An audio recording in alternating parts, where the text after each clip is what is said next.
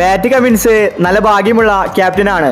Cummins ക്യാപ്റ്റനായ ശേഷമാണ് ഹൈദരാബാദ് ഇങ്ങനെ മികച്ച കളി പുറത്തെടുക്കുന്നത്. കമിൻസ് വന്നതും ഹൈദരാബാദിന്റെ തലവര മാറിയിരിക്കുകയാണ്. ഒരുപാട് വർഷങ്ങൾക്ക് ശേഷമാണ് ഹൈദരാബാദ് ഫൈനൽ കളിക്കുന്നത്. രാജസ്ഥാന് ഒരുപാട് തെറ്റുകൾ ഇന്ന് സംഭവിച്ചിട്ടുണ്ട്. ഇന്ന് കളി ജയിച്ച ശേഷം ഹൈദരാബാദ് ക്യാപ്റ്റൻ പാറ്റ് കമിൻസ് പറഞ്ഞ കാര്യമാണ് നമ്മൾ ഇന്നത്തെ വീഡിയോയിൽ നോക്കുന്നത്. ഇതുപോലത്തെ IPL ന്യൂസിന് വേണ്ടി ഈ ചാനൽ മറക്കാതെ സബ്സ്ക്രൈബ് ചെയ്യൂ.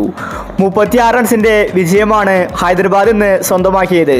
ഇന്ന് കളി ജയിച്ച ശേഷം കമിൻസ് പറഞ്ഞത് ഇങ്ങനെയായിരുന്നു: ഞങ്ങൾ ഇന്ന് കളി തോൽക്കുമെന്നായിരുന്നു കരുതിയത്.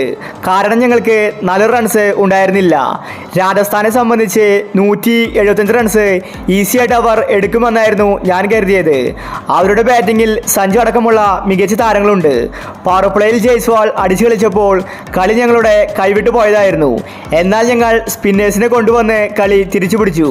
കളി ജയിച്ചുവെന്ന് ഞങ്ങൾക്ക് ഇപ്പോഴും വിശ്വസിക്കാൻ സാധിക്കുന്നില്ല. ഒരുപാട് തെറ്റുകൾ ഞങ്ങൾക്ക് ഇന്ന് സംഭവിച്ചിട്ടുണ്ട്. ബാറ്റിങ്ങിലാണ് പണിയായത്. ബാറ്റിംഗ് കുറച്ചുകൂടി ശ്രദ്ധിക്കേണ്ടിയിരിക്കുന്നു. ഞങ്ങളിപ്പോൾ ഫൈനലിലേക്ക് എത്തിയിരിക്കുകയാണ്.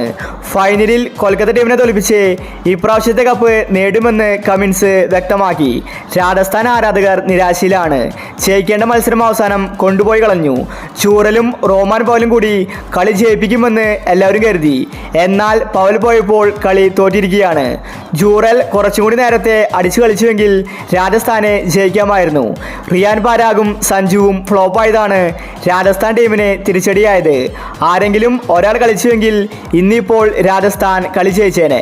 രാജസ്ഥാൻ ജയിക്കേണ്ട മത്സരമായിരുന്നു. അവസാനം കൊണ്ടുപോയി കളഞ്ഞു. രാജസ്ഥാൻ ആരാധകർക്ക് ഇതിനേക്കാൾ വലിയ തിരിച്ചടി ഇനി കിട്ടാനില്ല. അങ്ങനെ ഹൈദരാബാദും കൊൽക്കത്തയും കൂടി ഇനി ഫൈനൽ കളിക്കും.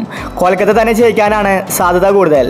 അപ്പോൾ ഇന്നത്തെ മാച്ചിൽ രാജസ്ഥാൻ കളി തോൽക്കാനുണ്ടായ കാരണങ്ങൾ എന്തൊക്കെയാണ്? നിങ്ങളുടെ അഭിപ്രായങ്ങൾ താഴെ കമൻറ്റ് ചെയ്യുക. ഇതുപോലത്തെ IPL ന്യൂസിന് വേണ്ടി ഈ ചാനൽ മറക്കാതെ സബ്സ്ക്രൈബ് ചെയ്യൂ.